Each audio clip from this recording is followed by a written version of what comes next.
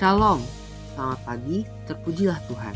Di pagi yang cerah ini, kita patut bersyukur sebab dalam anugerahnya yang besar, Dia telah memberikan kita satu hari lagi, tepat di hari Jumat 7 Mei 2021. Sebagaimana Tuhan telah memberkati tidurnya kita sepanjang malam ini, maka kita percaya bahwa sepanjang hari ini sampai terbenamnya matahari di tanggal 7 Mei ini, Tuhan akan terus menyatakan kuasa namanya sebagai Allah yang menyertai, melindungi, dan memberkati kita. Amin.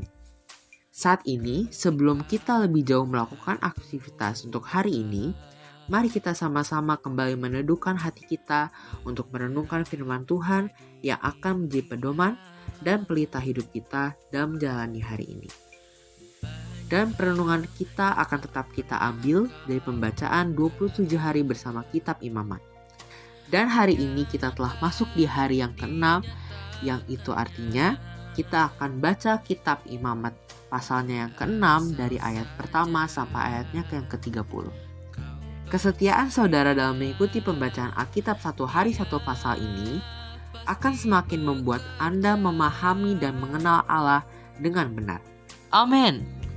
Baiklah, sebagai pengantar renungan kita hari ini, saya akan coba bacakan ayatnya yang ke-24 sampai ke-26. Tuhan berfirman kepada Musa demikian, "Katakanlah kepada Harun dan anak-anaknya, inilah hukum tentang korban penghapusan dosa.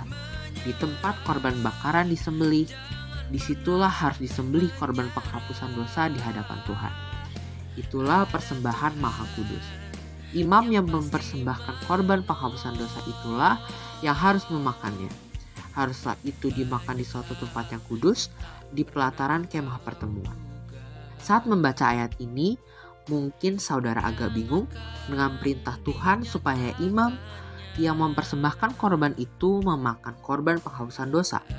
Namun, bila kita maju beberapa pasal ke depan, maka kita akan melihat mengapa imam tersebut harus memakannya. Alkitab berkata pada Imamat 10 ayat 17, "Mengapa tidak kamu makan korban penghapus dosa itu di tempat yang kudus? Bukankah itu sesuatu bagian maha kudus dan Tuhan memberikannya kepadamu, supaya kamu mengangkut kesalahan umat itu dan mengadakan pendamaian bagi mereka di hadapan Tuhan." Kita harus memahami dengan baik bahwa daging itu merupakan perlambang akan dosa umat Israel yang harus dipikul oleh imam tersebut. Sebab ketika dosa itu dipikul oleh imam tersebut, maka orang yang berdosa diampuni kesalahannya. Dan alasan lainnya dapat Anda lihat di Yeskiel 44 ayat 27 sampai 30. Daging itu merupakan bagian daripada imam. Dan kita juga harus mengerti bahwa fungsi utama dari imam adalah perantara antara Allah dan manusia berdosa. Luar biasa. Saat ini kita memahami bahwa Yesus adalah perantara yang paling besar. Dia memakan daging persembahan yang penuh dengan dosa seisi dunia ini. Anda lihat begitu besar dosa yang harus dipikulnya, maka Yesus mengalami pergumulan yang hebat di Taman Getsemani. Yesus harus minum cawan yang berisi dosa-dosa kita semua, supaya kita dapat dibenarkan melalui iman kepadanya. Pengorbanan Kristus adalah inti dari keselamatan. Tanpa pengorbanan Kristus, tidak akan ada janji Allah, surga, hidup kekal, dan kebahagiaan. Jangan percaya dengan berbagai iklan yang menawarkan jalan ke surga dengan Anda. Sebab hanya ada satu jalan yang benar dan lurus, dan Dia adalah Yesus. Yesus bukan hanya Tuhan dan Raja, tetapi Dia juga adalah Imam Agung kita. Seperti Alkitab katakan dalam Ibrani 4 ayat 14, "Karena kita sekarang mempunyai Imam Besar Agung, yang telah melintasi semua langit, yaitu Yesus, Anak Allah, baiklah kita teguh berpegang pada pengakuan iman kita."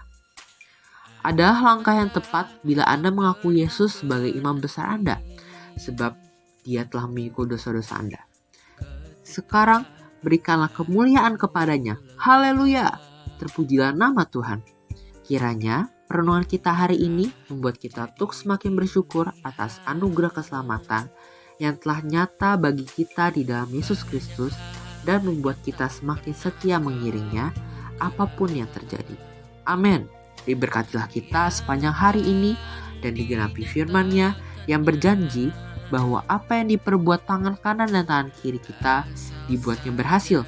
Kemanapun kaki kanan dan kaki kiri kita melangkah, di sana kemuliaan Tuhan akan dinyatakan. Diberkatilah kita bersama dengan orang-orang yang kita kasihi dan bersama dengan orang-orang yang kita cintai dimanapun mereka berada. Terpujilah nama Tuhan. Shalom.